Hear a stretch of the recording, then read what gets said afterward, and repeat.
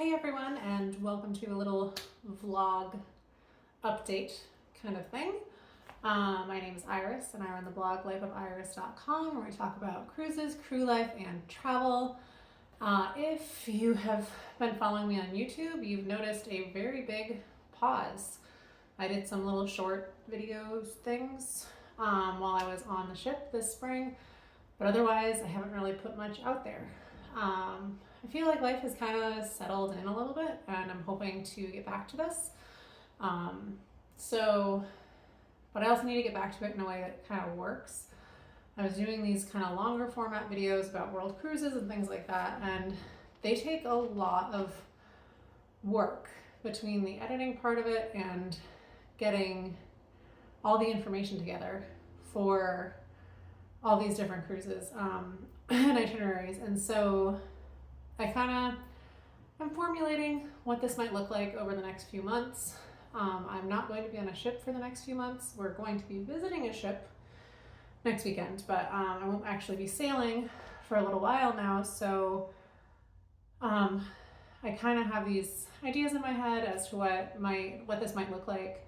I think part of it's going to be a little vloggy like this, answering some questions that have come up throughout my time cruising about what it's like to, in essence, be a stay-at-home mom on a cruise ship, what that looks like, the different advantages and challenges that exist with having a toddler on a cruise.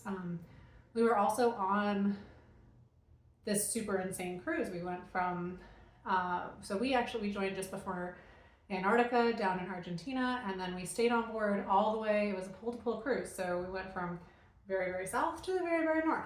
So then we stayed on through, going up South America, through the Amazon River, crossing over to Africa, making our way up to the North Cape in Norway, in the Arctic Circle there, and then making our way, and we actually disembarked in Boston. So there's also a lot to unpack with that. And I like to make those gigantic cruises that sound so unattainable for people, and I like to kind of make it seem a little more realistic, because most people, when you say, oh, I was just on a cruise it's a 4-month-long cruise that goes to a whole bunch of different continents and goes around the world, they think it's something that could never happen for them. And maybe the whole voyage right now doesn't work for the cost or the timing. It's a long time to be away from home. But there's a lot of shorter cruises out there, like 30-day, 45-day cruises that still do pretty insane itineraries that could be attainable for people. Like, it could be something that is a possibility for you or for your family, or maybe it's just something you have on a bucket list. But there's so much more to cruising than a 1-week Caribbean, a weekend in the Bahamas. I'm gonna say going to Alaska. I know that sounds pretty fabulous, but there's so many ships in Alaska. It is an insanely popular cruise port or cruise destination. And I just like people to be aware that there's so much of the world that you can see by ship. So I'll be sharing a little bit of itineraries that I've found, or segments of world cruises that might be really cool for people.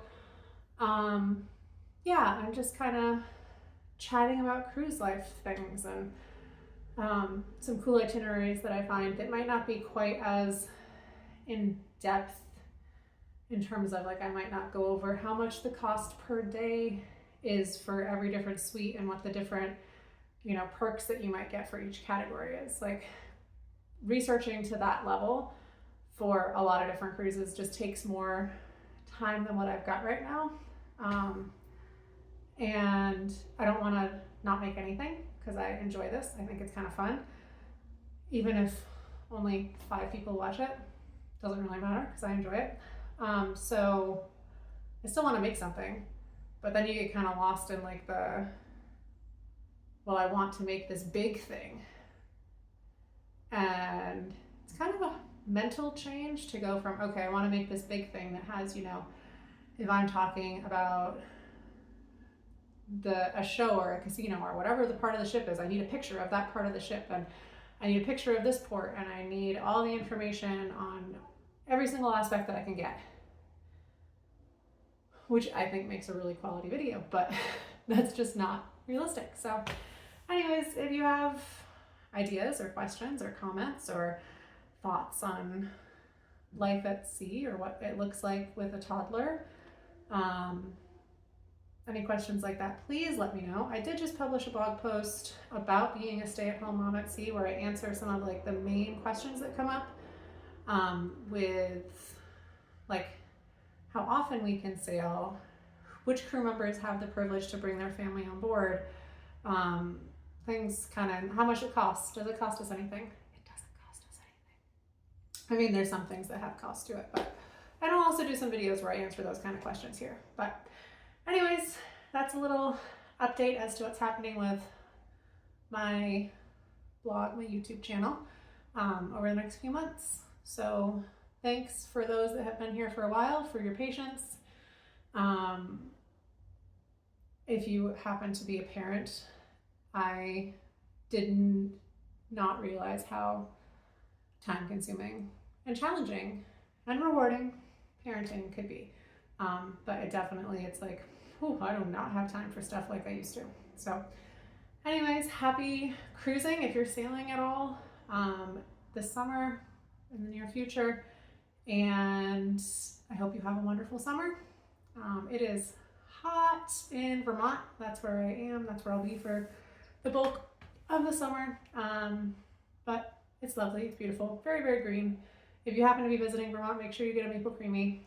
That is like maple soft serve ice cream, but the Vermont version. All right. Have a great day.